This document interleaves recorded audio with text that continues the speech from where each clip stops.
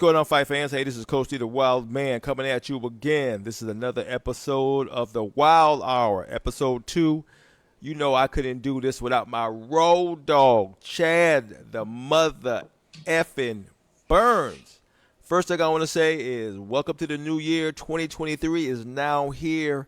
In a while, I was going to let you know how we're going to get down going into the new year. We're going to talk about what promotions we think are going to go ahead and be some breakouts for 2023. We just saw some clips of Bellator versus Rizin. We're going to talk about that a little bit and just kind of talk about what we think going on. Who are some of the fighters we think may get on the scene and do some daggone things. And basically, just have some fun with it. So, Chad, what's going on, brother?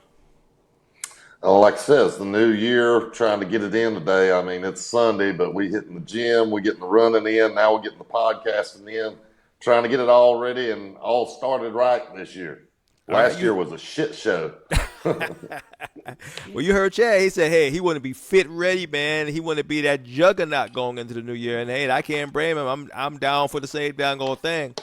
Look, the Wyld Hour is planning on really pushing the pace, for 2023. We kind of I don't want to say we let a lot of things slide. That would probably be an understatement, but we kind of let a lot of things just go. We're in the know on a lot of stuff. We see what the promotions are doing.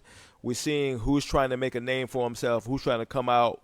And, basically, it's important that we keep the fans on a rhythm. Like, what can they expect? What kind of conversations should we be having?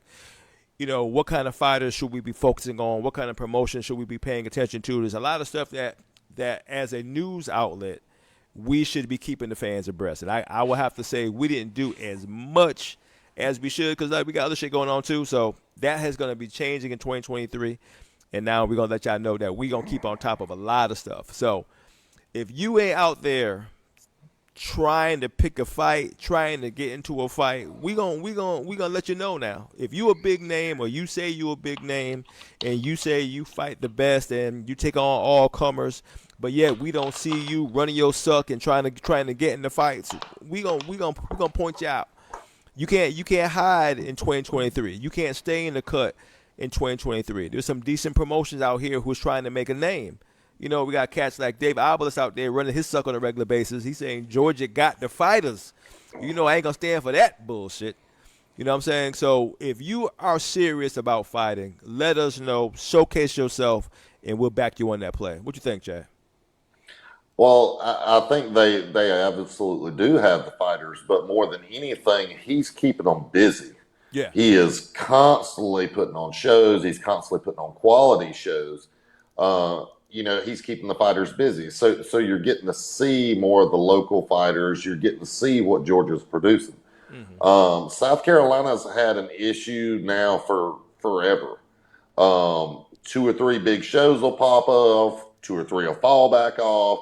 Then we'll have a lapse of no shows for months and months and months. Then somebody new will come on the scene, try to recreate the wheel, and we go through the whole disaster all over again. Nobody's staying and just staying competitive and showing what kind of talent we have in South Carolina. So it's not that it's not here. It's just that there's not a steady promotion that they can stay on. I'm hoping somebody pops up in the next year that says, okay, we're here to stay. We're looking for talent and we're not going anywhere. We're not just here to be just a spark in the night. We're actually here to stay.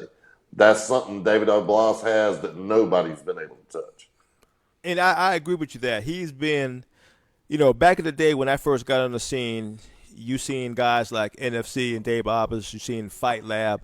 They were consistent. Conflict was consistent. You know what I'm saying? Where they got shows in the 60s, 70s, and hundreds. When you see a fighter promotion go, I'm on my 100th event, I'm on my 60th event, my 70th event. That's strong getting. That's strong getting. So, all right, Nathan just popped up. He got something to say. Nathan, what's going on, brother? And it's not just that when you throw that number out there and you go, okay, he's done 100 shows. Mm-hmm. To some people, they're like, wow, that's a lot of shows. No, that's a shitload of shows. Yeah. Like that is, 100 events. Some of these promoters can't do 5, Yeah. let alone do 10 or 15. He's done over 100. Like, Mm-hmm. what's that tell you? Yeah. He's doing something right. Yeah. He's figured out some way to stay in the game where other people either go bankrupt and just have no money to put in the game, or nobody wants to fight for him anymore. So, talk all the shit you want. He's done something right that's created a platform that ain't going nowhere. Well, let's talk about shows for a second. Now that we're there, let's talk about it. A lot of people, they look at us and they see Josh. What's going on, brother? Josh Oxendine just chimed in. Right, when you see a lot of you see us out here talking shit, and calling out, maybe we'll call out a fighter or we'll call out a coach or we'll call out a promotion or whatever. A lot of times people think we just two guys talking shit. They don't realize that we got a lot of history in the game. We've seen promotions rise and fall. We've worked with promotions. We've worked with athletic commission. We've worked with coaches. We've worked with gyms. We've done so much that we can gauge what's going on. What do you think promotions make the biggest mistake on when it comes to not being survived long term, like a Dave Oblis? What do you see some of the mistakes happening when it comes to promotions? There's a list. There is a long list, and I really wouldn't go number one, number two, number three with any of them. But I would hit on the top ones. Capital. Can you come in and take a loss here and there while you're trying to learn the curve and the do's and don'ts and still keep going? Can you wait for the momentum to come back, or the monetary part of the game to come back? Yeah. That's a huge one. A lot of them just run out of money. Mm-hmm. Number two, everybody wants to recreate the wheel. Yeah. They watch a couple of UFCs, The Ultimate Fighter, maybe a Warfare, and they go, "Oh, I can do that." Mm-hmm. And then they come in, and instead of doing that or trying to copy that, they go, "No, I've got all these ideas, and I'm going to put them all into play tonight." Then it goes to shit, and they go, "Well, what happened?" Mm-hmm. Well, what happened is some of these people that have been doing it right, you should have just copied it. Yeah. I've said that time and time again. Quit trying to recreate the wheel. Mm-hmm. Just do this other stuff. You want to try to do something better, do better lighting, do better sound, do better video. Don't try to recreate everything, because then you get nothing right and you go just down the drain. Mm-hmm.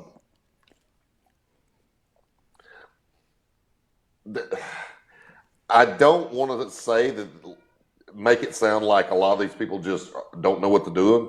Mm-hmm. A lot of them do. They do a lot of things really well. But when you put on one or two shit shows locally, that would be like the UFC putting on 20 in a row. Yeah. You cannot put on a local show and it just be an absolute shit show and think all your ticket buyers are going to come right back a month later, 2 months later. Yeah. They're not. They're going to go, "Dude, I spent 40 or 50 bucks on that show and it sucked." Mm-hmm. That's a big one for me. I was told sometime last year, "Did you go to this show? Did you go to that show?" And I'm like, "Nope, nope." And they're like, "Why not?" And I'm like, "Because I looked at the fight card and it was shit. Mm-hmm. There's no point in going." And we can go into that a little bit later, but I think that's another big problem that some of these promotions have, is everybody thinks they can be a matchmaker, but they ain't never done it. Yeah. Everybody thinks they can be a promoter, but they ain't never done it. Mm-hmm. Everybody thinks they can get on here and podcast, and then after 3 shows, they don't do it anymore. Or after nobody chimes in or nobody watches it, they don't do it anymore. Or after they realize how expensive it is. Mm-hmm. Just putting on a show can get really expensive just in a matter of a couple of decisions. Yeah. You go, "Okay, I'm not going to do a full amateur show. I'm going to put on 3 pro fights." Okay, you just add another 20 grand.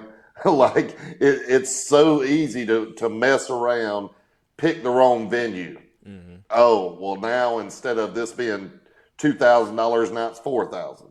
Yeah. Oh, pick the wrong company to rent stuff from. Oh, well, it should have been $500 and some buddy gestures, and now we owe $3,000 to a rental company.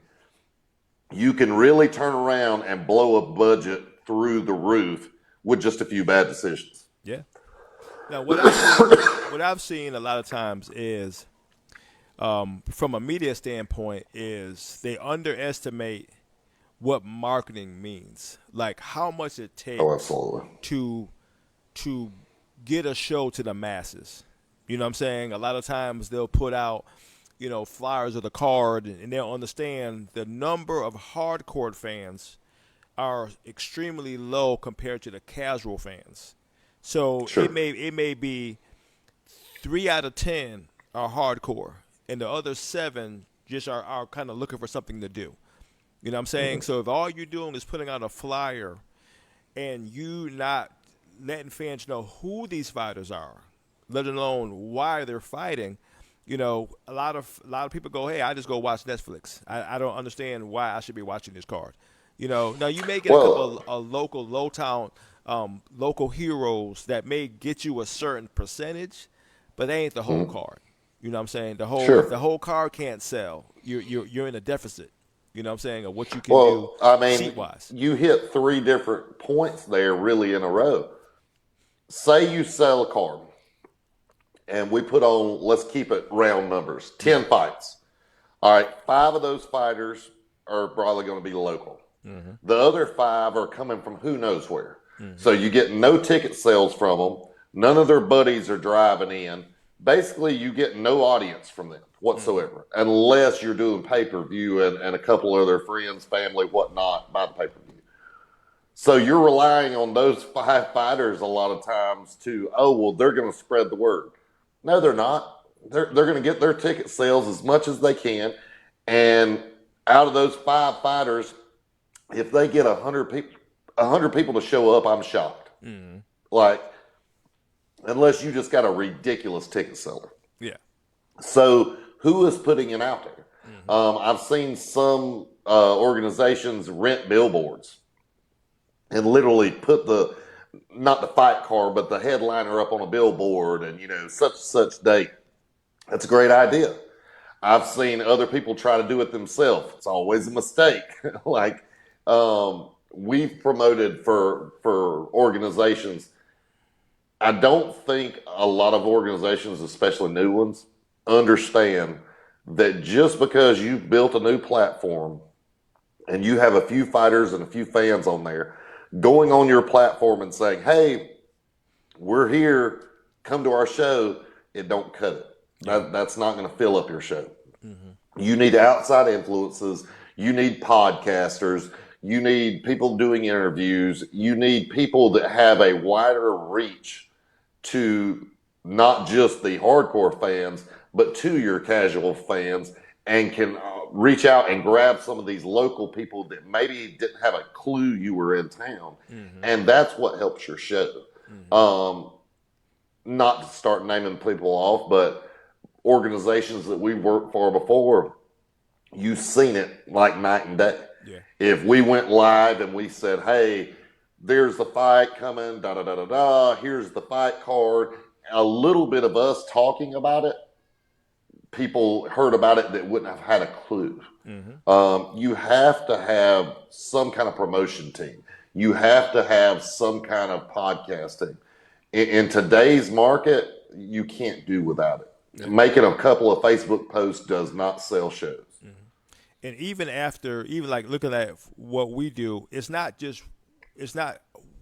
what you do, it's how often you do it. We became, the news media for whatever events we were doing. Most people got their news from us. Not only did they go, okay, who's fighting, when are they fighting, now why are they fighting? That became just as important as the event. Okay, what's the story behind these guys? Do they got bad blood? It's number one. Is who's number one in the ranking? Is it number one versus number two? You know what I'm saying? Hey, did one leave the gym and go to a different gym, and now he's like, hey, I gotta get this guy back. It was always a reason for a fight. Nowadays, you see a lot of fights thrown together, and it's under competition. It's not even under the guidelines of competition. You know what I'm saying? They just get thrown together. You know what I'm saying? Absolutely. I think a lot of promotions, in their desperateness to fill a card sometimes, they miss the importance of story. Even though we grew up on WWE, we grew up on the UFC, we grew up on Pride, we grew up on everything, but it was always a story. You know, whether it was a negative story or a positive story, it was always a story leading into events. And I think that's a lost art that a lot of promotions have just simply forgot. You know what I'm saying? Right. And that's something that I think we're going to do for 2023 is remind, not only promoters but fans what it takes to actually, get somebody into the spotlight. You know what I'm saying? Sure. And that goes back to touch on what I was saying about everybody thinks they can be a matchmaker. Everybody does. And what they end up doing, even I've seen some seasoned matchmakers do it and me go, what the hell was you thinking? They'll get 5 local guys. We're staying with that same round number. 5 local guys who they consider big ticket sellers. And then they go, okay, we need somebody to fight this 185 who's 6-0. We'll take anybody. Anybody to fill the slot. Doesn't matter who it is. And then they'll try to go back later when the commission goes, and why do you think this fight should happen? This guy's 0-7, or this guy's 1-9. Oh, well, his record really don't show what he's been doing. I've heard some of the most bullshit excuses to be able to justify putting a guy on a card that had no business hard sparring without headgear and a security guard, much less getting in front of all these fans and fighting. Yeah. It's a sham. I think that's the reason boxing went under. I think that's the reason that a lot of these promotions, a lot of people won't tune into them because they look at the card and they go, oh, are you serious? Like, what the hell is this? And I've seen it so bad on some of the smaller local shows and even on some of the bigger local shows of you can literally go down the card and go, all right, I'll take everybody that walks out of that red corner, every single one of them. You can have everybody else because everybody that walks out of that red corner is going to be a local guy, and everybody else that comes with it, they did not care about making sure it was a good fight. They did not care about, we're going to fly in a killer to make sure this goes 3 rounds or 5 rounds or whatever it may be. No, we took whoever would drive in, that we had to pay the least amount of money, that would only stay 1 night's hotel instead of 2, and any other way they could cut the margin down, and it ends up being a shit show. I have no respect for that. I think it makes the sport look bad. I think it makes some of the smaller venues look bad. I feel like they really need to start trying to go above and beyond to go, is this just another fight on the card with 1 name? Or are we really going to make sure it's 2? How many cards have you looked at that you went, I know who that is, but I ain't got a clue who that is? Yeah. And when you do that all the way down the card, it looks bad. Yeah. Especially when it's knockout, knockout, knockout, submission, knockout. I mean, all night long, it's so one-sided. It's awful. I mean, everybody wants to see their guy win. Yeah. Everybody wants to see their guy win. But when the 2 guys walk in and the ref looks over at the judge like, hey, you can go to sleep on this one. Like, this isn't going nowhere. Like, come on, guys. I match made a bunch of cards, and I know how hard it can be. And I know how sometimes you kind of get stuck.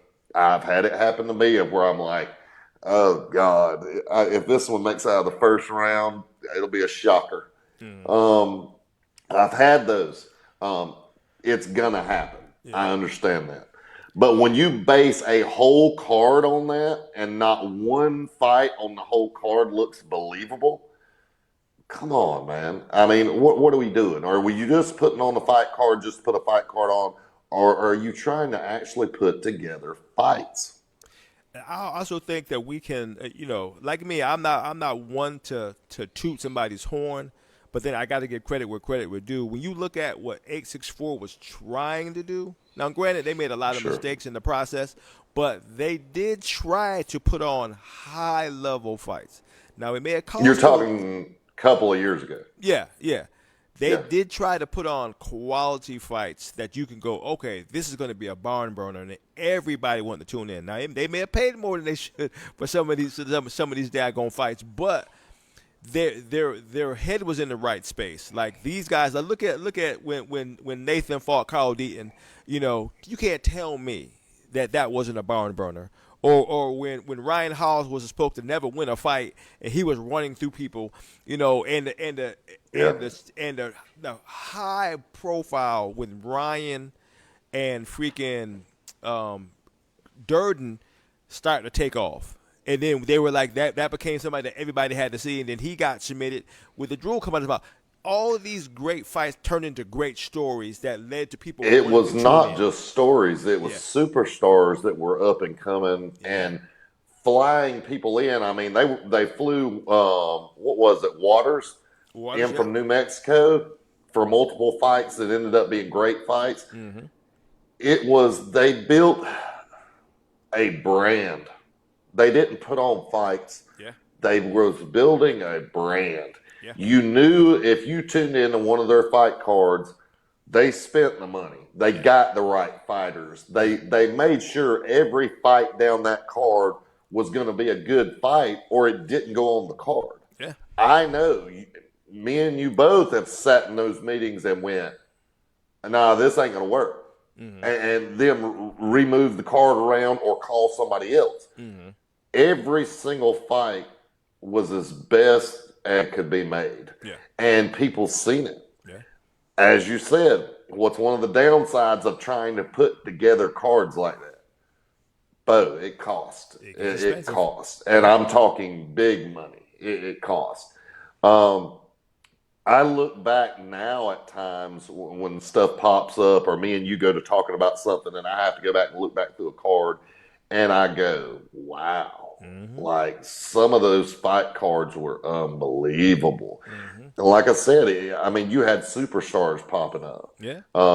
You had big names coming through, and it was the storyline played out like a soap opera of where they had us on mics 3-4 times a week because so much stuff was going on social media. So much stuff was going on back and forth in between gyms of this person's talking this smack, and that person's saying that they could have a possibility of an injury in another camp. And there was just so much going on and so much to talk about.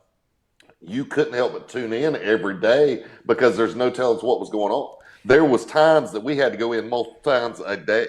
And that's what led into the next card. We had so many great fights that go, hey, look who's made it into the next round. Look who just called out so and so. Look at the rematch we're getting ready to do. Look who now wants to, step up. I mean, it was no one could tune out. I would say this when we were trending in the hundreds of thousands simply because no one wanted to be last. Right? They wanted to be like, it's I not get just in on that. this. It's not just that. That kind of goes hand in hand with the kind of cards that was going on. You had so many big names just on one card, much less back-to-back cards. And it wasn't just, I've seen this. You get one local person with a little bit of name, and now let's put them on every single card we've got. And it's like, oh, God, come on. It was so many different people and up-and-coming stars in the pool to pick from. Every card was just a new story and just a new fresh start at a storyline that was happening. And it is just, some of those cards were really unbelievable, and I don't think I've seen any touch them since. Or major like upset. I said, though, or major the downside of that's money. Yeah. Or on top of that, major upsets that we were expecting. Remember when Damo Brewer fought your boy from Revolution? There was money on that fight. I lost a lot of money, like right out of my pocket, and it was one of those. I was standing at the top of the ramp, just watching in disbelief because I'm like, this is not supposed to be happening at all. Like this is not the way things are supposed to be going on. Well, again, it was a friendly bet, but at the same time, it was one of those, those fights were so closely matched, nobody could foresee how that was going to go. And of Exactly. course, whoever your boy is that wins goes, "Oh, I knew it. I told you." But at the same time, they don't know what this one's been through and doing either. So there was so many of those of Domo always comes to mind for that reason. Mm-hmm. Okay, he had that really big win, and then like the next one, I can't remember if it was going to be for a belt or not, but he brings tour buses down from Charlotte Yeah. and ends up losing. Yeah. And it was, I mean, I thought the place was going to just go berserk because he ended up losing. I think it was a decision. Yeah. Didn't they say it was a And fixed fight? yeah, like he was, oh God, y'all's judges, yada yada yada. And I'm like, what are you talking about? Our Mm-hmm. judges?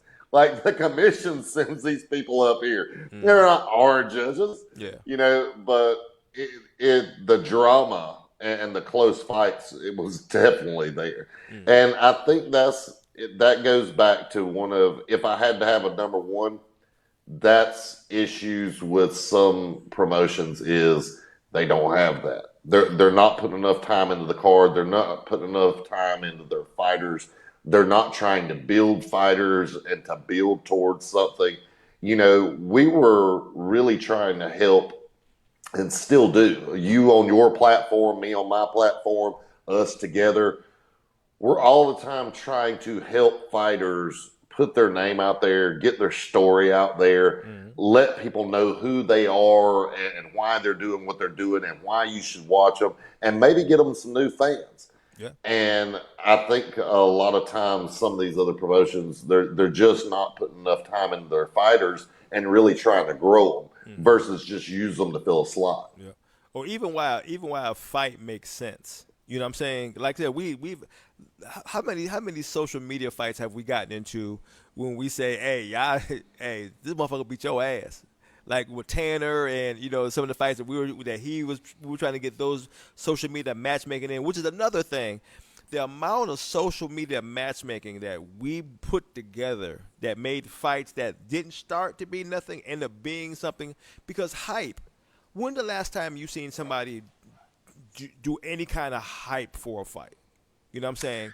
To where the buzz was just there. You know what I'm saying? Like it's Yeah, like a forgotten art. we talk about it all the time, and I think that's what really interested me the most when you called and was like, "Hey, are you interested in doing this thing again?" Mm-hmm. Is I'm like, yeah, when you do your interviews and you've got your style of doing yours, people chime in and talk. I've got mine where I just strictly interview people and kind of get their story out. But I don't think anybody at all was really doing what we've done before Yeah. of okay, let's have the talk. Like Mm-hmm. this person is talking shit.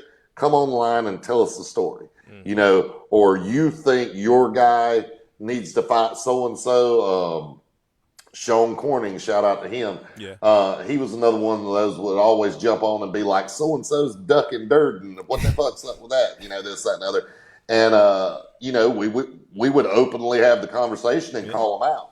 Hell, I've tagged them in the comments of, hey, you Mm-hmm. might want to get on here, Bo. There's a lot of people saying a lot of shit. Yeah. But I don't think anybody was doing it, and they definitely weren't doing it to the level we were of, you call it forced matchmaking, but we were just having the conversation Yeah. of nobody else is talking about it, so we're talking about it. Mm-hmm. This person says that person's ducking them. I want to know if it's the truth or not. Yeah. This person's saying this other person's pulled out of 5 fights. I want to know if it's true or not or why. Mm-hmm. So having those conversations, I think, gets more and more people engaged, and I think that's what you need to really draw people into fights. On top of that is fighters willing to call other fighters out. Like I said, Nathan just chimed in. He says, "Hey, look, man, I want that smoke in the Carolinas, right? But you don't see somebody. Remember, back in the early years, mother efforts would go, I'll bust your ass. Who you talking to? You know what I'm saying? Right, Robert's out there talking that shit. You know what I'm saying? Say, hey, right. I'll fight anybody. So we can laugh when it's funny, but it's also you curious too. I go, why aren't other fighters, you know, putting the brakes on somebody who think they're the baddest mother? Remember, you said you was the baddest mother ever fighting. Somebody wanted your ass. They're like, look, Sure. if you bad, I could meet you over here. Right? Hey, if you're from Georgia, hey, come over to NFC. And that's another thing we'll talk about too is should fighters fight? Say you're going to fight in Georgia on one card. Should you come to the Carolinas and fight on another card? So you're spreading your name, through the Southeast, and you're not staying in one area, which is one thing I always have a problem with. Is a lot of fighters will just stay on one promotion. Like you said before, they're fighting over and over and over again on just one promotion, and then the rest of Right. the world or even the rest of the Southeast aren't seeing it or don't even know about it because their marketing is so bad. You know what I'm saying? So if you're not Yep. spreading your name out on different promotions, most people aren't even gonna know who you are. You know what I'm saying? Sure. So And I get calls from time to time from different fighters, and I get messages from different fighters, you know, wanting different opinions or a different look at things. And there's only a few things that I've always stuck to of, hey, these are green thumb rules to go by. These are things you need to be following. One is never turn down an interview. yeah, oh yeah, Never turn down an interview. I don't care who it is. I don't care if you don't know them. I don't care if they've only got 10 people that follow them. Never turn down an interview, um, be it video or online podcast. It can do nothing but help. It can do nothing but put your name out there a little bit more to maybe somebody who doesn't know you. Always do that. hmm Always try to fight in a bigger area. And what I mean by that, I'm not talking about population area. I'm talking about if you start in Atlanta, try to come out to the outskirts of Georgia, maybe the edge of Florida to South Carolina. Okay, now next time, see if you can't hit Myrtle Beach in Columbia. Try to grow your area to grow your name. hmm It doesn't necessarily do you any good that you're from Atlanta, but oh, you flew to Oklahoma one time. hmm Oh, you flew to backwoods Virginia. That didn't really build your fan base. I'm not saying don't take those risk fights, and I understand why some people take them. I get it, but I'm saying grow your area.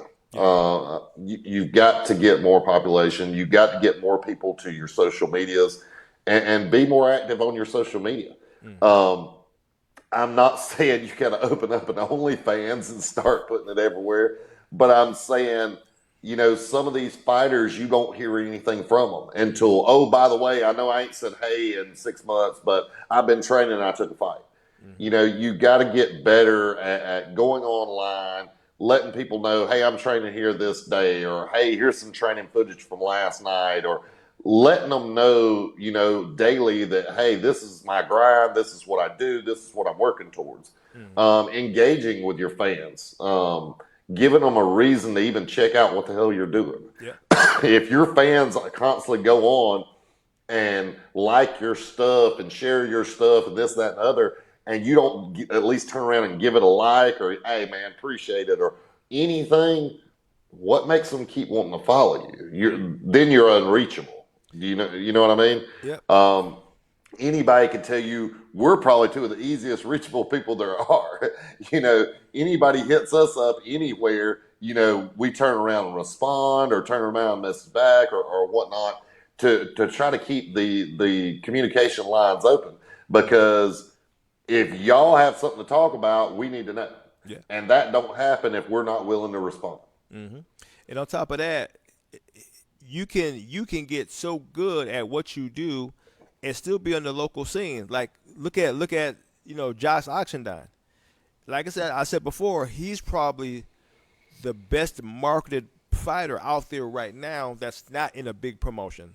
That has a big promotion with their name like Bellator, UFC, PFL or whatever. You know what I'm saying? Sure. He constantly gets fights, right? And I Hmm. would arguably say that he's one of the highest ticket sellers out there right now. That he can get Right. about 300 tickets in a venue right now. He's hot. I mean, Sure. he's not even doing MMA anymore. He's primarily doing boxing. So he probably making some scratch right now, depending on what promotion he works for. You know what I'm saying? Well, But here's and also that's the thing hold on, let me too. say one thing. And on top of that, here is the funny part about all that. Look at what we just said. You know what I'm saying? Popular fighter, great ticket seller, can probably get a main event, co-main event, or a feature, right? And guess what? Still nobody fucking calling him out, right? And go, I'll Right. bust that ass in boxing. If I don't care if I was Paul Teagues, I'd be like, look, I could beat your ass. I will be the guy trying to call him out because at the end of the day, if you put in a good fight, you're gonna get exposure, right? If you happen to beat his ass, you're gonna steal some of his fans. You're gonna be the spotlight guy. You know what I'm saying? But nobody is calling him out. It's blowing my mind. That's why I talk so much goddamn shit. I go, you don't want to fight this guy? He just fought. Right. He just fought not too long ago, right? First round finish. You don't want none of that smoke? Are you that scared of the guy or what? What I don't understand what it is about these. He's not a new fighter. He's been around for a minute, but I don't understand it at all. It's literally blowing my mind why nobody is trying to fight. From what I can see. I've seen it. I've seen it, and I've seen it, and Josh said I nobody wanted to first smoke. seen it.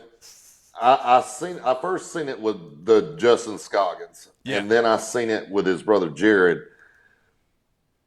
There comes a time when certain fighters come through, and it's not often, but when a certain fighter comes through and he has a certain look about him, he has a certain win percentage, his fights tend to go a certain way. You can mess around and gun shy opponents. Yeah. And when that happens, it can be tough to get fights.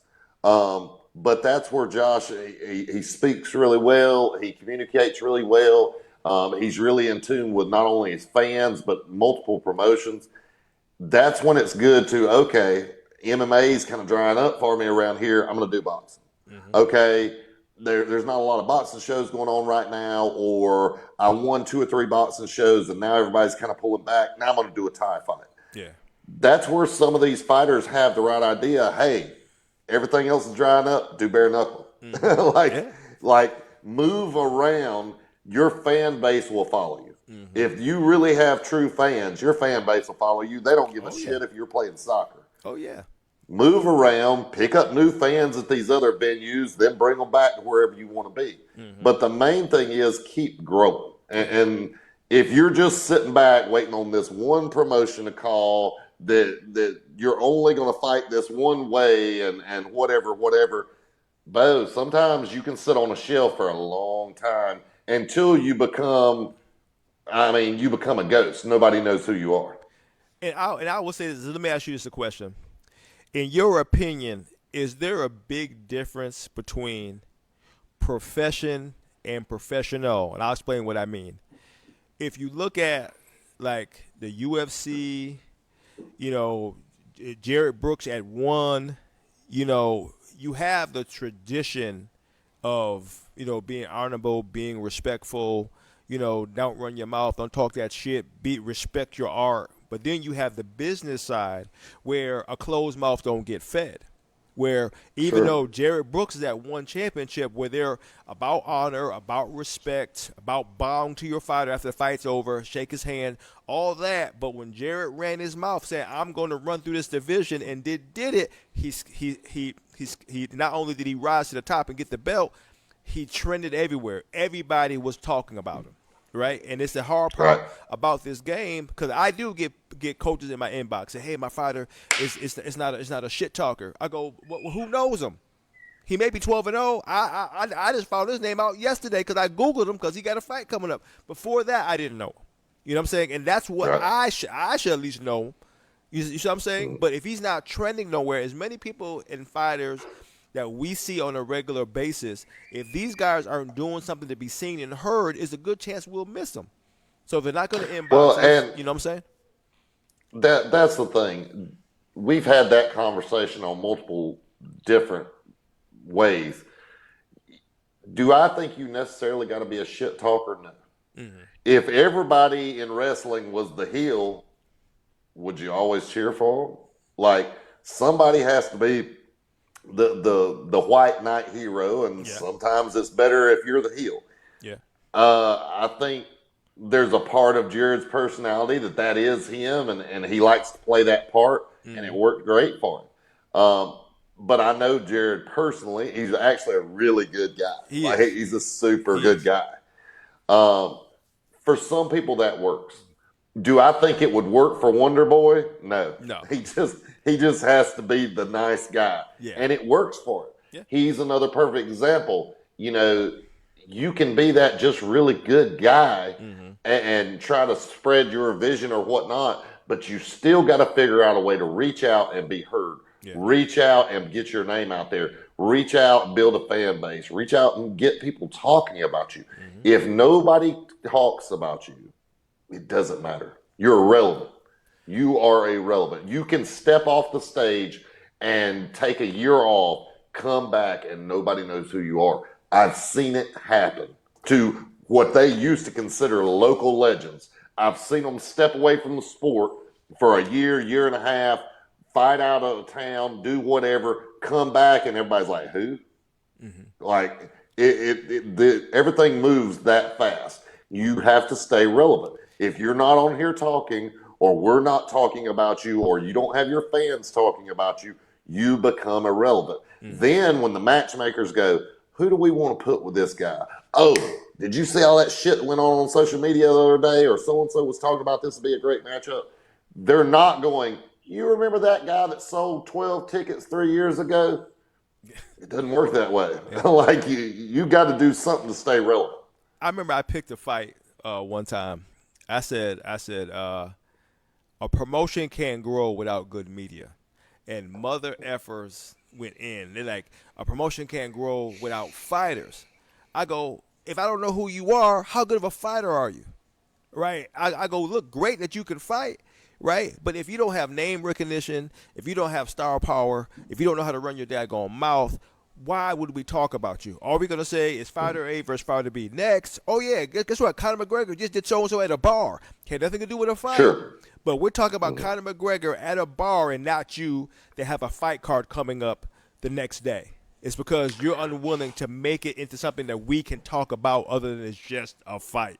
You know what I'm saying? Right. And they were coming at me. I go, okay. Prove your point. And some guys would chime in and go, hey, fighters make the card. No, fighter is on a card. Don't make the card. They're on a card. Right. What makes a card is the star power behind it and who's talking about it. So if you're not a star, the entirety of the why would we card talk? has to be there. Yeah. The entirety of the card has to be there. And I think sometimes that's where egos get in there and get hurt. Yeah. They start thinking that I'm the star of the show and everybody's coming to see me. And I mean, you need those guys. You do. But at the same time, we've seen it time and time again of how many times have you seen a fight almost break out or something happen at a weigh-in, and now that becomes the main event. Even though it might have been 4 fights down from the main event, all of a sudden that becomes the main event. It's like what you said. It's that star power. It's that show. It's that, okay, wait a minute, this is for real. Like these guys didn't just show up to compete. They're pissed and might be fighting in the parking lot. Like this, it's stuff like that that really gets you engaged. But if nobody sees it, and nobody's standing there with a camera, and nobody posts it on social media and says, hey, y'all missed the weigh-ins, but you don't want to miss the fight tomorrow night. If nobody's there to capture those moments and talk about them, did they actually happen? Well, if the tree falls in the woods and nobody heard it, did it actually make a sound? It's that kind of thing. Well, let's look at something. Let's keep it real simple. Look at what Nick and Gabe did. Just because Gabe said, don't come near me, and threw those 2 pieces, that thing turned out to be one of the most talked about fights on the local scene, and it ended up being a great fight, right? Yeah. The weigh-ins did what it did. I go, okay, we got some sparks, at weigh-ins, and then the fight became a war, It don't get better than that. It was so much press power behind that I wasn't actually at those weigh-ins. I was at work. And 30 seconds after the punch was thrown, my inbox is blowing up from multiple angles that people had phones recording going, dude, where are you at? You missed this. Like you said, it was instant star power. Yeah. I still think that duo being Campbell and Gabe, has so much behind it that they could easily do a three-peat. Mm-hmm. Do you know what that kind of to have that kind of following and that many people really want to see you two guys fight at this level? I mean, neither one of them's in Bellator. Mm-mm. Neither one of them's in bare knuckle or been in the UFC. At this level, for other people to go, dude, those two guys, you put them in the same room, it's going to be a war. Like, it's just going to be an absolute all-out war. I think they fought. Have they fought once or twice? No, just once. And I'm gonna get into that. Here's For the some funny reason, part. I was thinking it was twice, but they could fight every night for the next week, and I'd want to see it. No, I tried. Here's another thing why I talk shit. Right? I hate when people think I'm not saying that I know everything, right? But I fucking know what's trending. If I'm willing to go, look, this is hot right here, people. This is hot right here. You know, we need to get on this. Hey, promotions, this is what you need to be on right now. After that fight, and it became what it was, and everybody was chiming in and talking about it, I said, guys, you need to do this this number 2 ASAP. I had coaches saying, no, we're not going to do it. I go, for what reason? Oh, we're going to wait to go pro. I go, this is hot right now. Right, hot Yep. right now. Okay, going pro 6 months down the line, you've lost this momentum. You lost Right. this momentum. How would you let this momentum go? Yep, and what happened? Fights dead in the water. Didn't happen. Nobody wants to fight. They're still struggling to How get many? fights now. You know what How I'm many saying? times have you seen it happen to the UFC? Of where this person's fighting with this person, they're trying to get a contract signed. It could be the biggest fight of the century, and then they can't make it happen, but then 3 years later they can make it happen. Yeah. Well, when they make it happen by then, this person's no longer a champ. Mm-hmm. This other person's no longer relevant, and nobody cares. Yeah. I could name a dozen of them. Ronda Rousey and Cyborg, Mm-hmm. both of them in their prime. Mm-hmm. That would have beat Conor McGregor's numbers, Never happened. but they couldn't make it happen. Mm-hmm. Couldn't make it happen. By the time you could make it happen, Rousey's no longer a legitimate threat anymore, and by that time, hell, I don't think Cyborg was either. Sure. Let's still keep it local. What about Tanner and Gooden and Jarrett? Remember how big that was getting, and we were just talking about it at that time. Because I think Right. Jarrett had got a win on X's 4, then Tanner had got a win on X's 4, right? And then Right. it was a little bit of talk about them maybe fighting, and we just said, fuck it, let's do it. Look how much it started the trend. Didn't happen. Well, it wasn't only that, but Tanner, I think, had just beaten Waters, who was a huge up and comer. Yeah. Gooden was on a tear and was talking all this shit. He just beat Cody Wilson. Yep. Yep. And like that was an ex teammate of Tanner's.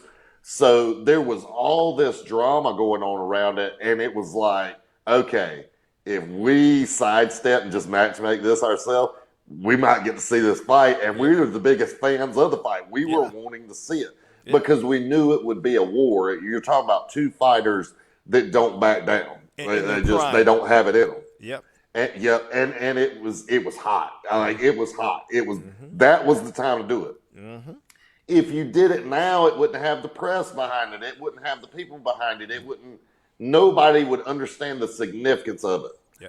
But had you made that fight then, that's your main event right there. Mm-hmm. There's your main event. Mm-hmm. Like no questions about it. Yeah. Nobody's going to care who the co-main is. Mm-hmm. If you put that fight on, there's your main event.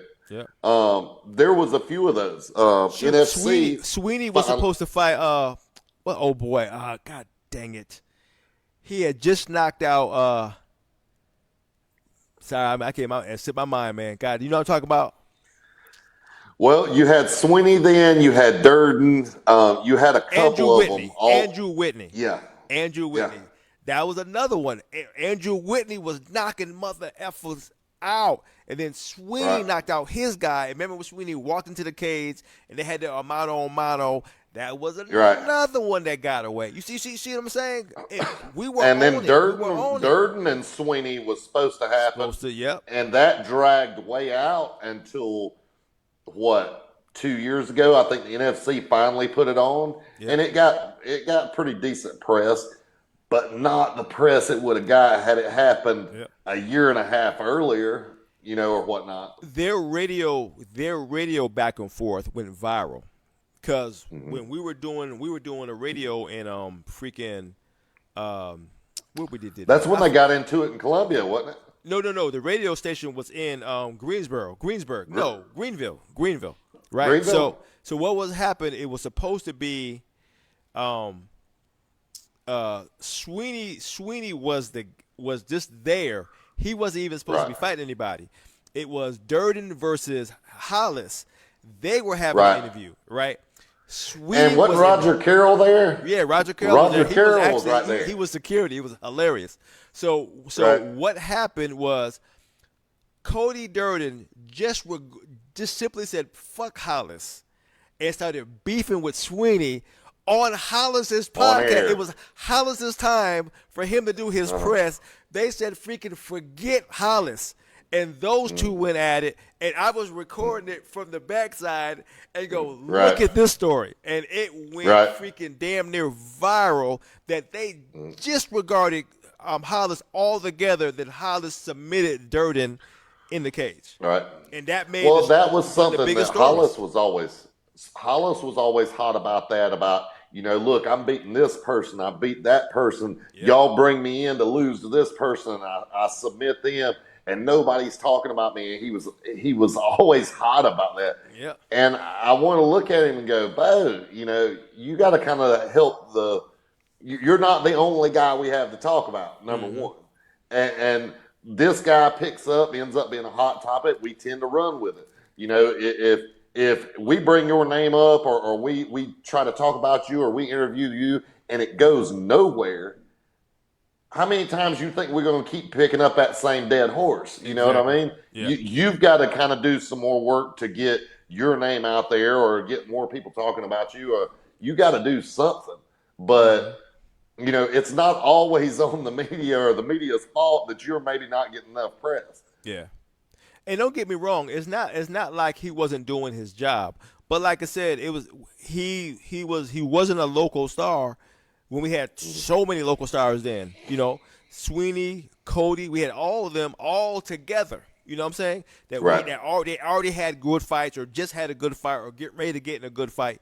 You know what I'm saying? So, but that's rare now. How many times you see 5 stellar fights on the same card that you talk about these 5 fights the whole time? Now it's maybe one fight. I haven't seen 3 cards we could put together and say, okay, well, here's 5 fights that we're just dying to see. Yeah. They're just, I don't know what it is. I don't know if it's they don't have the hardcore battles lately, or you don't have enough people this gym versus that gym, kind of like what we had before. At one time, I remember, Bo, you couldn't bring up X3.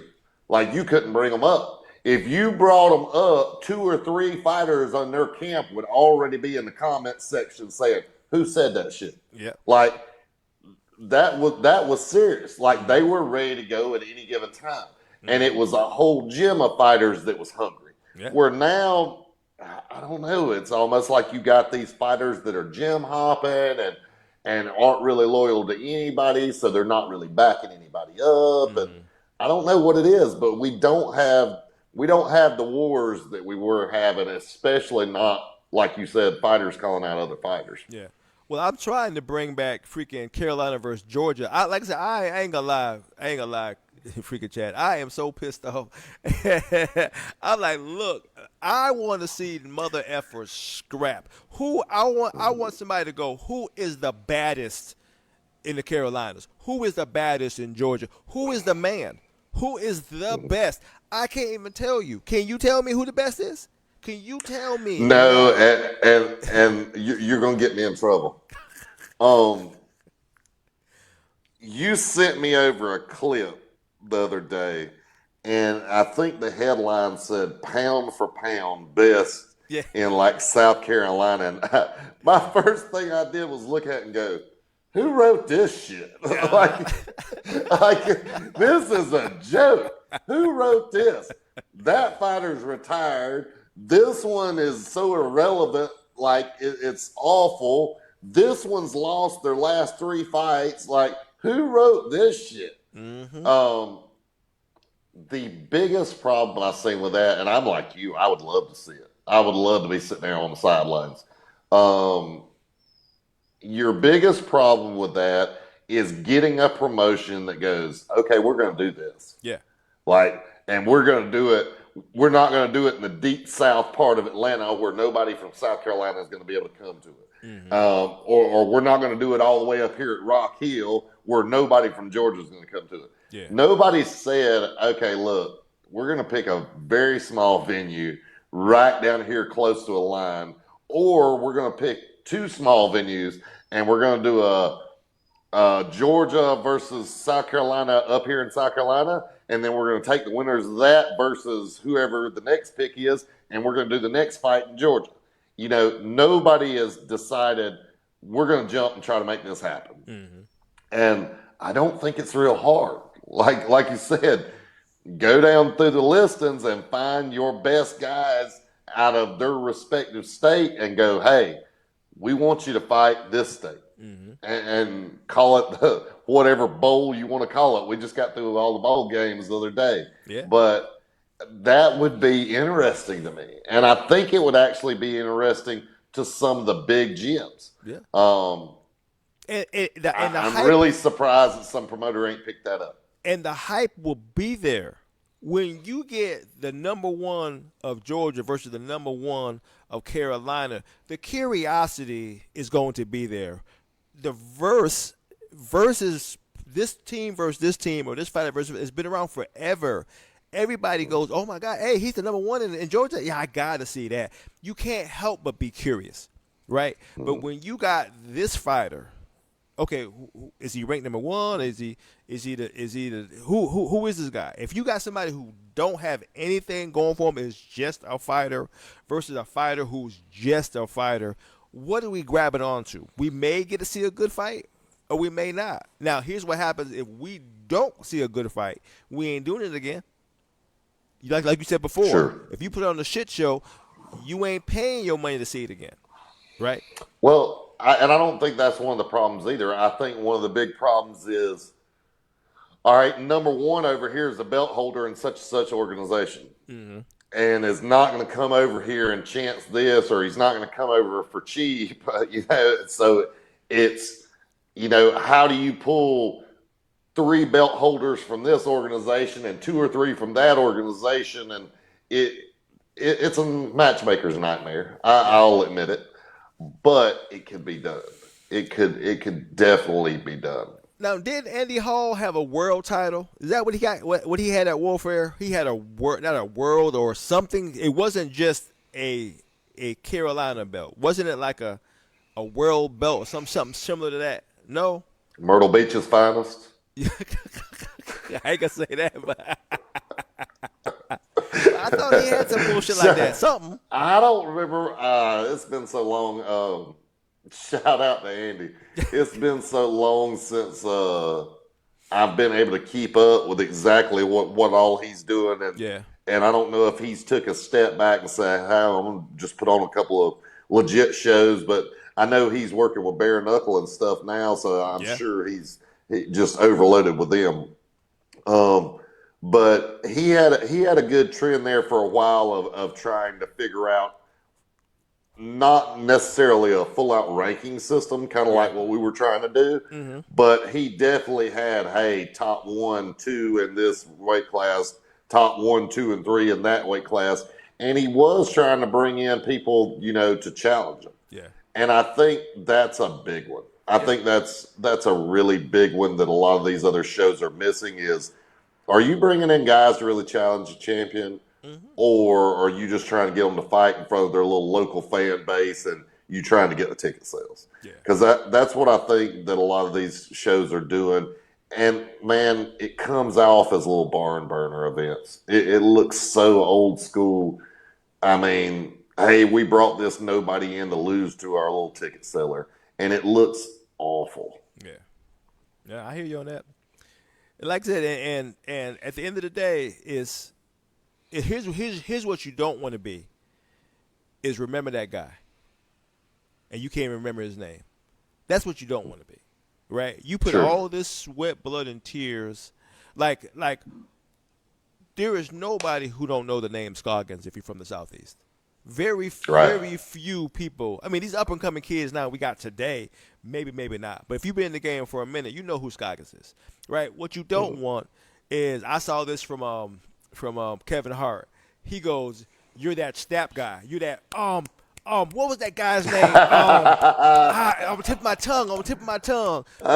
You don't want to be that guy where you just Come on. can't remember his name because he didn't make no kind of impact on the sport. You know what I'm saying? He didn't fight the best guys. He didn't talk the most shit. He didn't challenge himself to be the best. He's that snap guy. You know, he's that Right. I just can't remember his name. That's the guy I feel sorry for. All the blood, sweat, and tears he don't went through to be the snap guy. I'm gonna start. I'm gonna start calling it getting tomorrowed. That's who I done it to the other day. I went Marvin Skipper and damn it. Yeah. But yeah, you got those you got those ones that just stand out to you. Yeah. You've got those ones that, hey, that guy, if you even bring up 185, hey, that's my guy. Yeah. If you even bring up, Georgia at this certain, weight class, hey, that's the only guy there is to talk about. I feel like there's not enough people trying to be that guy. I think they don't know what destination to be shooting for. Yeah. They don't know where they want to be. They just, I want to be great. I want to make a lot of money, and that's it. Well, that's a long way from here to there. Yeah. And if you don't have a definite ladder set up, or somebody guiding you, or a manager, and damn, don't even get me started on them. Like, if you don't have somebody to tell you the ropes of how to get where you truly want to be, and sometimes it's not a straight shot. Sometimes it's a meandering route. Sometimes you take a hit and you fall back and you got to kind of restart and reorganize, or maybe just recharacterize your whole persona. It's not always a straight shot, but you need to be doing something like that to get to that next level. You've got to be building a name. And even in one better, sometimes you got to take the right fights. You know what I'm saying? Right. I've loved John Sweeney to death. That's one of my boys. But think about that fight of NFC where he lost to Cody Durden, and Cody Durden is now in the UFC. No matter We how were you cage want to side. look at it, it was the We were right cage fight side. at the right time for the right person. John Right. Sweeney was a good enough fighter. He was very close to being into the UFC or Bellator. His daggone self fighting Cody. He was on a 3 or 4 fight win streak at that time, right? And Right. that was the right fight to happen at the right time. Right. And look who Well, won. Durden And had look who just lost. went. You're not just talking about him. Durden, if I can remember back correctly, had just on a whim got a phone call, and they were like, "Hey, we got an MMA tournament going on. I think Yeah. up in like Colorado or somewhere." Yep. And he's like, "Done. I'll take it." With no heads up, flies out there and wins the tournament. Yeah. So, yeah, I mean, it's timing, but how much of that preparation is also luck? Yeah. Because if Sweeney wins the fight against Durden, does he get the call? It's a good question. But like I said, we'll never know. At this point now, we'll never know because that's the unknown part of that story. Because Sure. we don't know what would happen if Sweeney win, but he didn't. Right? Sure. Like I said, and what they call the rest is History. History. So Sure. what goes in the history books, right? Mm. Cody Durden beats John Sweeney to get into the UFC. That's the story. Okay, but here's my problem. With Durden out of the way, let's look at it that way. With Durden out of the way, what's Sweeney done since? No, I mean he's on. Well, I think No. he's on a 3-fight win streak right now, 3 or 4. Yeah, but why ain't I hearing his name? That's a good point. That's a good point. Why isn't it popping all over Instagram? Why isn't it all up and down my Facebook feed? Why was he not the next guy to beat and nobody could shut up about it and he's definitely getting the next call? Like, why? That's a good point. I still see Robert Hale stuff pop up everywhere. I still see Nate Williams stuff pop up left and right. Mm-hmm. Why is if enough people's talking about you, you're going to trend. Yeah. You're going to see it. Yeah. Why weren't you the next one to go? So does that go back to, okay, he didn't take enough of the right fights after that? He took too much time off. And don't get me wrong, timing's everything. Mm-hmm. COVID screwed a lot of people. True. Like COVID just absolutely messed the fight game up, especially on the local scene. Mm-hmm. So I'm not saying he done anything wrong or whatnot, but I'm saying if he was the number 2 guy and the number 1 guy moves up and out, you're supposed to be the new king, regardless. Yeah. So why aren't we hearing your name? Well, rankings is out the picture, that's for sure. So you can't say who's next in line.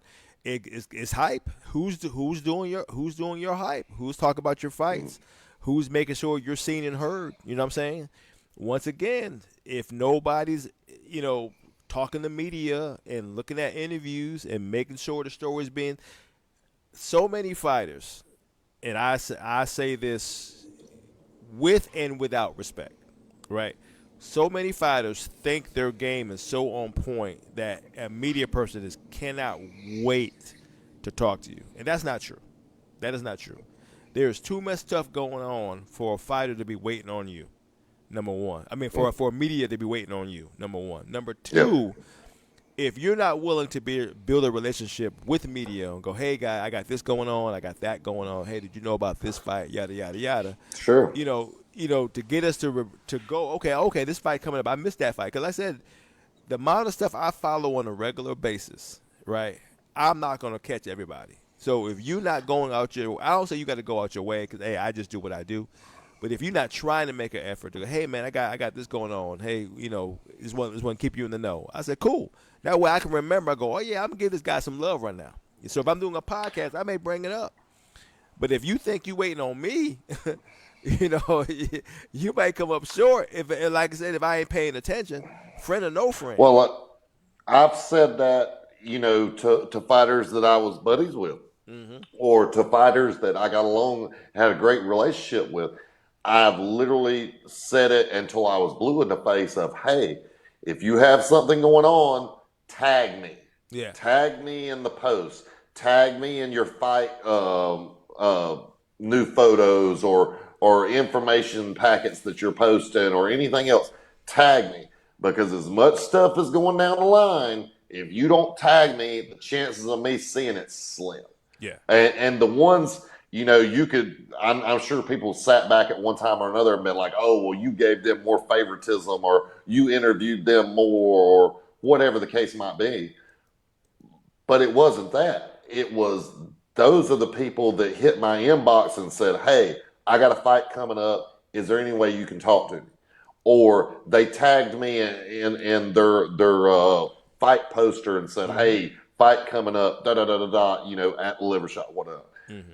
If you're not doing something to keep us engaged, you got to remember you're not the only fighter out there. We've got tons. Mm-hmm. And unless your algorithm just happens to hit and there's 50 other people reposting your stuff, the chances of us seeing it's actually really, really slim. Mm-hmm. I've missed some really high-profile fights, mm-hmm. because they just weren't trending or they just didn't hit the feed right.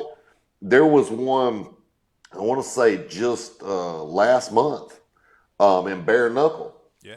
Uh, the actual high profile fight that I wanted to see, that they had already booked the fight. It was coming up in like 2 weeks. I didn't know anything about it, hadn't heard anything about it. And I can't remember exactly who it was, turned around and messaged me and said, "Hey, this fight is coming up. It's coming up in 2 weeks." And then they went back and tagged me in one of the posts, and I went, "Well, there it is. Why didn't I see it? Why didn't I heard anything about it?" But it's a perfect example that, hey, even some of these bigger promotions still aren't out there reaching the people that are actually wanting to see their stuff. Yeah. So it's harder than people think to really get out there and to really have a broad net that you can throw and reach people. Hey, fight fans, like I said, when me and Chad, the mother effer B gets together, you can see how long it can go. We got so much we can talk about on a regular basis. We already hit an hour, right? Just chilling, and we didn't even get the Rizin versus Bellator. No, we Hey, ain't got through nothing yet. Like some of those topics, though, and that's the point of it, really. Some of those topics you could go on forever about, yeah, and if I had one or two people on here really, wanting to argue a fact, I mean, Jesus, we'd go 2 or 3 hours yeah, because they're so in depth, and there aren't simple answers. yeah. If they were simple answers, I'd just say, "Hey guys, fix this, this, and this," and we'll have 24 shows to go watch next couple of months. It's not a simple answer, and I don't have all the answers. You don't have all the answers. I don't think anybody does. But I think highlighting the problems is a first step to fixing them, Yeah. not the other way around. I mean, some of these people just want to cover up like a dog turd, hurry up and dig a hole and bury it and pretend it ain't happening. No, it's happening. There's issues and there's problems with all this. I think highlighting them is the first step, and fixing them is just very next. Well, yeah. So let's switch gears so that we can still get what we came here for.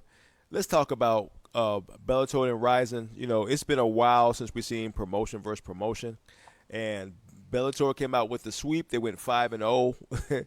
They're pretty much, But I will say this: they went 5-0, but they all went to decision, which means That's either huge. Bellator took Rizin too lightly, or Rizin was way better of caliber fighters than people give them credit for. Cause I don't follow Rizin as much because they don't put on that many of shows that hit my news feeds of name fighters that I recognize. You know what I'm saying? They had Pitbull in Bellator. They had McGee, from Bellator. They had a lot of high level guys from Bellator stepping up and fighting. So of course I knew who was coming from Bellator, but I didn't know pretty much any of the guys on Rizin. But 5-0 from Bellator and it all going to decision gives Rizin a little bit more clout than Bellator. What you think?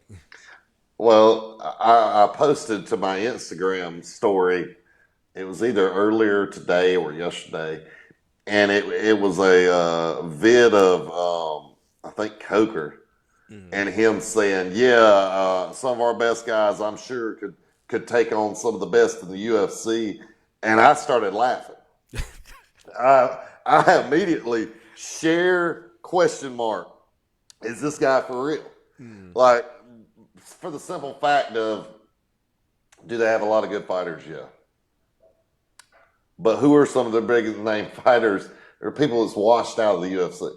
Yeah. They're the people that were easily getting beaten, and they were getting beaten to the point that there was just nowhere for them to go.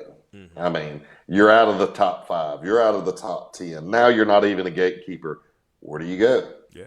Oh, all of a sudden, let me guess. You hit your peak when you went to Bellator? No, no, you didn't. You're just not fighting the best in the world anymore. So now you look legitimate again. But no, he's doing his job. He's trying to make the most out of his company and make people think his company's the best, and whatever. But I don't think anybody that really knew and really watches all of them across the board goes, Oh yeah, for sure. Like no, Well, like you don't have the absolute best. well, I will say this. I couldn't remember where they fought at. I just slipped my mind, but it was a pretty packed house. So Hmm. for something somebody wanted to see at the right time, they did it. Sure. I don't know what they did in pay-per-view, but people bought tickets. People were curious to Right. see, and that's what we got to pay attention to now is that the right entertainment gets tickets sold, right? Sure. It don't have to No question be about it. don't even though we old school guys like us, we still want the best of the best to compete, but also sometimes the right type of entertainment can get it done as well. I don't mean they can do it long Sure. term. A one off is cool. Could you do it repeat, repeat, repeat? I don't think so. But a one Well, off can get it done. I mean, we can just say it until we're blue in the face. I mean, I don't care if you give me number 10 against number 11. Mm-hmm. Quit giving us number 45 against number 2. Yeah. Like, like I Yeah. don't know how many more ways I could say it. Yeah. Like, we're seeing it everywhere, and I'm tired of seeing it. Yeah. A big name fighter, up and coming, could easily be ranked in the top 5. Who are they fighting? Mm-hmm. Like who? Uh, it's just it's aggravating. Like I said, it's aggravating to still be such a huge fan Yeah. and to want to get excited for Mm-hmm. fights, want to get fired up. When Mm-hmm. Jared Book fought the other week, I was up at 9 o'clock in the morning, fired up, Yeah. like, hey, bro, this is about to be a war. Like Mm-hmm. something's going to go south quick. Like this is not going to be an easy lay down decision. Mm-hmm. It's hard to get excited about any of these fights, and I don't think the promoters are taking it seriously enough. Like, Bo, you really want to pack the house? You really want bigger organizations possibly pulling from your crew of fighters or paying attention to you? Mm-hmm. Bo, put on some real fights. Put Mm-hmm. on put on some real caliber fights, not just make a card fall together. Yeah, make it make sense. That way we can Sure. that way we can talk about it because it makes sense, and Mm-hmm. we're willing to hype it. We're willing to Mm-hmm. go. Okay, okay, promotions and coaches and fighters. I'm gonna tell you this way, right? The wild in our name is there for a reason, right? You want us to be just as wild about something positive as negative because it's gonna be the same energy, Sure. right? If we Mm-hmm. really want to see it, we gonna go in and we gonna be just as excited and go, look, y'all, this is gonna be the motherfucking fight y'all want to gonna see. That's what you want from the Wild Hour, but you put on some bullshit. And the wild energy you're gonna give, you're gonna be just as hype. Let me tell you about some bullshit that we just motherfucking saw, right? So it could go either way with this wild. I could tell you that. All right. I can tell you that All right. right Fuck now. it. Why is Trucking Carson not fighting on the bare knuckle Myrtle Beach card? You know what? That's a good question. That's a good All right. question. Got a I better don't one. even know. Why is Taylor Starlin not on that card? Yeah, don't know that either. Don't know that either. Why is Rockstar Keith Richardson, if he's going to fight in bare knuckle, and which I think that's been kind of in circles or somebody said it, why is he not making his debut on that card? Mm-hmm. I agree. Oh, damn! There's 3 fighters Mm-hmm. like that I would have drove down to see. What is going on? Like what is going on? Some of the things that I think literally or should have been an easy one. Like this is easy. Like Mm-hmm. I want this person, this person, this person, this person. I want these people as close to home as they can get and trying to break out into the state. And I ain't heard nothing about none of them. Yeah. And what do you think we're supposed to do? Not talk about it, which I know I get people in my inbox. Go, Coach, why you say all that shit? I go, what do you expect me to do? It's news. I go. You Yeah. think that's not news? What you just said is news. Okay, why is Taylor not fighting? That's news. That's a question. Okay, All where is right. Keith on there? I thought he was doing bare knuckle. That's a question. That's I don't trucking know. as well. You just made you asked three questions that are legit questions. It ain't us trying to throw smoke. It ain't us trying to shit on anybody. It's a legit question. It's stuff that we're supposed to ask, right? So when you hop in my This is inbox, things that, you know, like I said, we've sat around. I've sat around and not said anything. But I mean, if you want to pose the question, there's the question. yeah, Like there was three different people. Okay, you couldn't get them all at what the right time. This one's injured. That one's booked. I got it. mm-hmm. Understand? You didn't get none of them. Like what happened? I feel like that was a big ball drop right there. On And your this is show, coming from local people. yeah, on your showcase card in the Carolinas, Sure. on your establishment card in the Carolinas, you're saying, Yep. "Hey, Carolina, here we are. We're here now. We're the baddest. I, We're the baddest bare knuckle in the game. We're here, and here's what I'm about to give you. I'm about to give you all this I, smoke." I, I ain't gonna go in on it. We done waited too late. I ain't gonna go in on it. I'm gonna make you wait until later on in the week to actually go in on that. But that is gonna be my closer right now. Okay, That is my closer. let's do it. Why? Let's close out. Why? Yeah. Why? That should be the question on everybody's mind this Sunday night going into this fresh week is wait a minute. Why do they put all these new people on when all these other people with names or whatnot that are big local names, why are they not on there?